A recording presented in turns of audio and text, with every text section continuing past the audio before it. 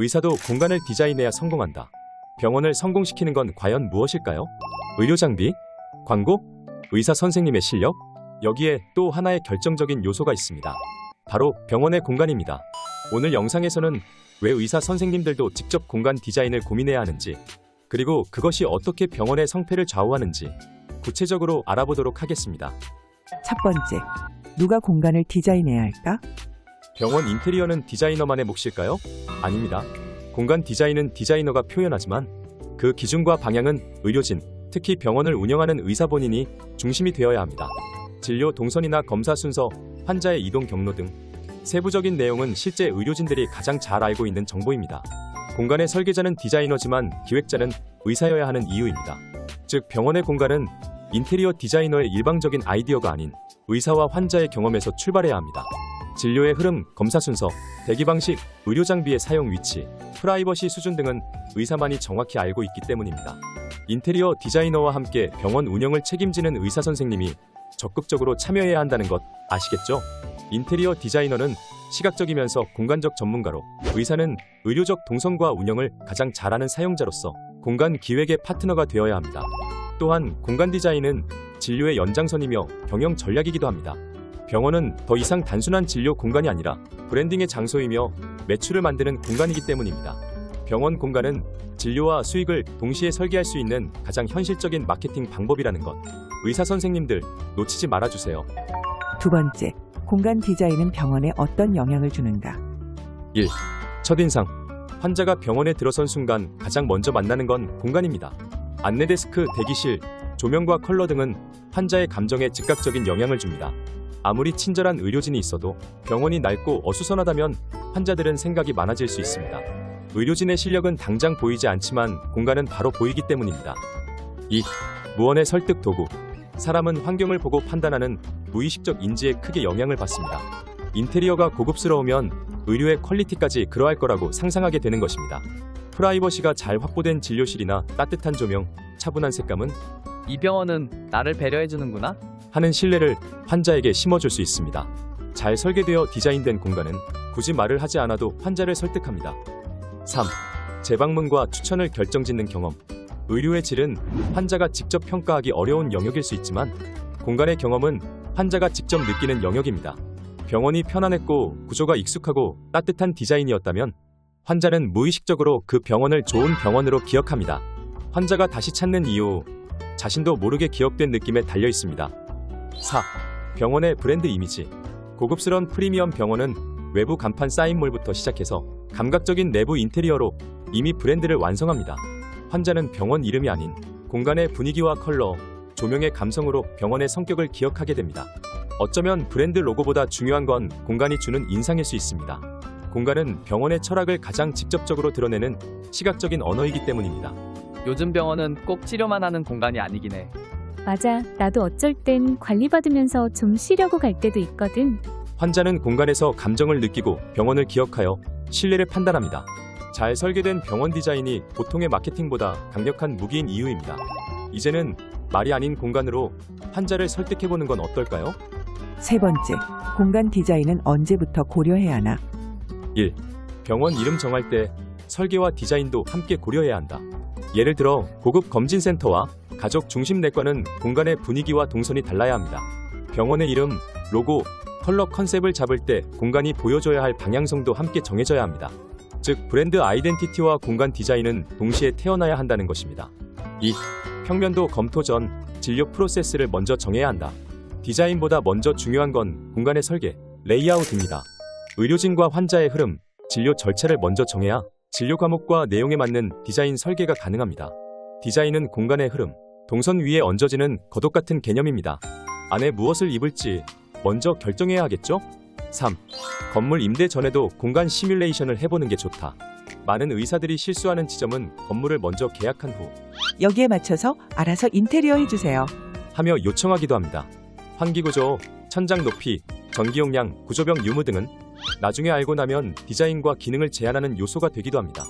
따라서 임대 계약 전 건축 평면을 받아서 직접 한번 동선을 그려보세요. 해당 건물의 구조가 진료 프로세스에 적합한지 먼저 검토해보는 것도 중요합니다. 맛있는 음식이 좋은 재료에서 시작하듯이 완성도 높은 공간 역시 좋은 구조, 좋은 건물에서부터 시작됩니다. 4. 설계 단계부터 디자인 디테일이 정해져야 한다. 인테리어 회사를 만나셨나요? 그럼 설계 단계부터 디자인도 정하시는 게 좋습니다. 공간 디자인이 늦게 결정되어 벽체 시공 후에 디자인을 하면 동선 변경이 어렵습니다. 또한 구조와 컬러가 어울리지 않으면 브랜드 이미지가 깨지기 쉽고 환기 배관 설계가 끝나면 조명 천장 디자인이 제한되기도 합니다. 따라서 평면 설계와 인테리어 컨셉, 색상, 조명, 마감재의 조화까지 한 번에 기획하는 것이 가장 효율적입니다. 공간은 단순한 외관이 아니라 병원 성공의 50%는 공간에서 결정될 정도로 중요한 병원 브랜딩의 전략입니다. 잘 보셨나요? 공간 디자인은 공사 들어가기 직전에 고민하는 게 아닙니다. 병원의 이름을 정하고 진료 과목을 설정할 때부터 처음부터 디자인 방향도 동시에 잡아야 합니다. 그래야 비용 낭비 없이 기능적 디자인적인 부분 모두 잡을 수 있습니다. 개원 직전에 부랴부랴 하는 디자인은 공사비 상승과 기능적 실패로 이어질 수 있습니다. 병원 개원 전 초기 기획 단계에서부터 반드시 공간 디자인을 설계해야 하는 이유입니다. 네 번째, 병원의 어떤 공간을 중심으로 디자인해야 하나? 1. 안내 데스크 인포메이션. 병원에 들어오자마자 가장 먼저 마주하는 공간, 병원의 첫인상을 만드는 곳입니다. 때문에 병원의 신뢰도와 브랜드 이미지, 분위기를 결정할 수 있는 곳입니다. 병원 컬러와 로고, 간판 사인몰, 간접 조명 등으로 정체성을 시각화하여 브랜드를 반영해주는 것이 좋습니다. 친근함과 전문성이 균형을 이루는 것도 좋겠죠? 2. 대기 공간. 환자가 머무는 시간이 가장 긴 공간인 만큼 환자들은 진료보다 대기 시간에 더 많은 감정을 느낄 수 있습니다. 좌석 간 간격 확보로 환자 간의 불편함을 최소화해주고 병원 규모에 따라 일반 진료와 VIP 공간 등 분리해주는 것도 좋습니다.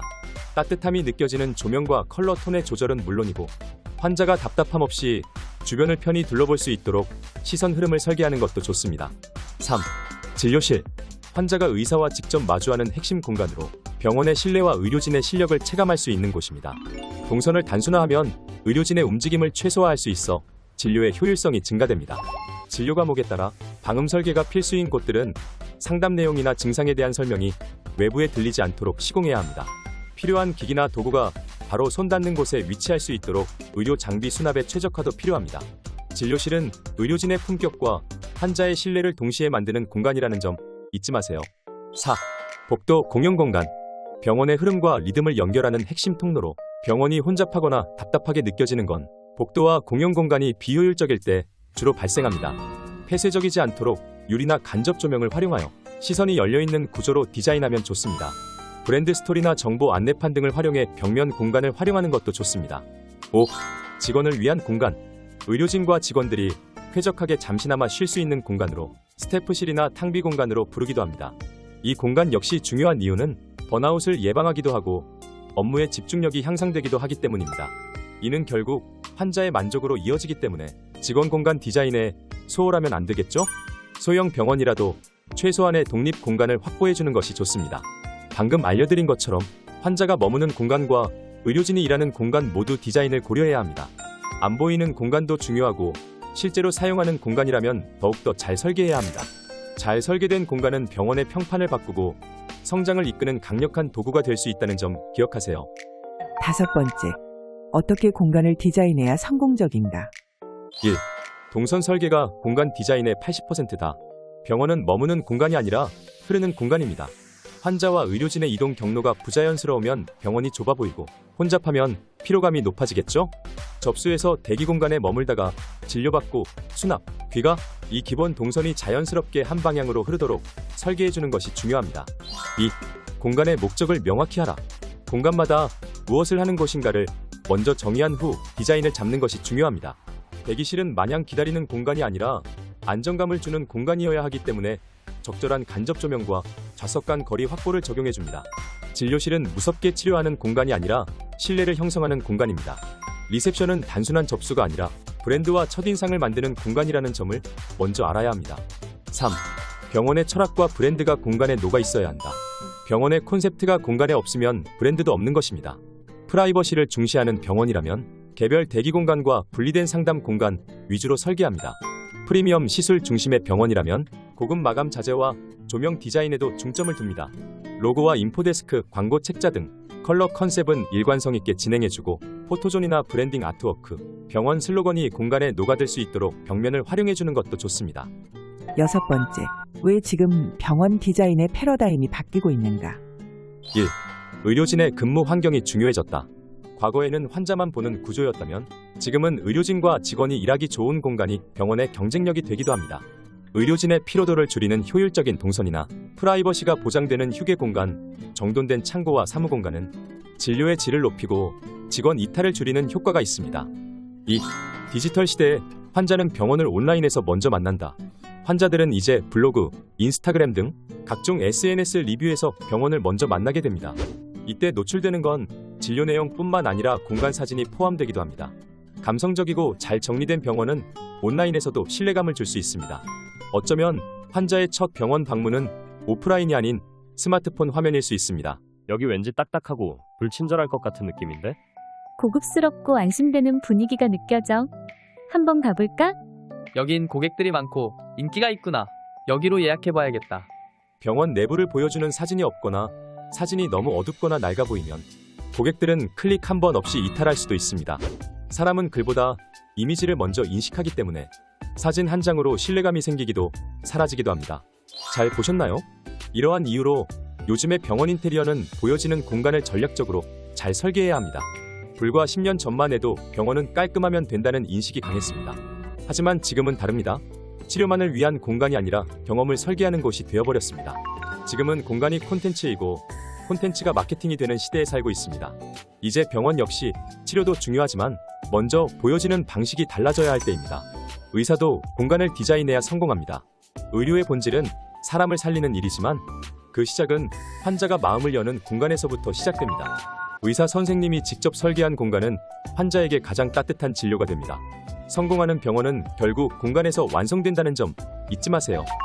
진심을 담아 완성도 높은 디자인 시공으로 보답하는 인테리어 디자인 파빌리온과 함께합니다. 감사합니다.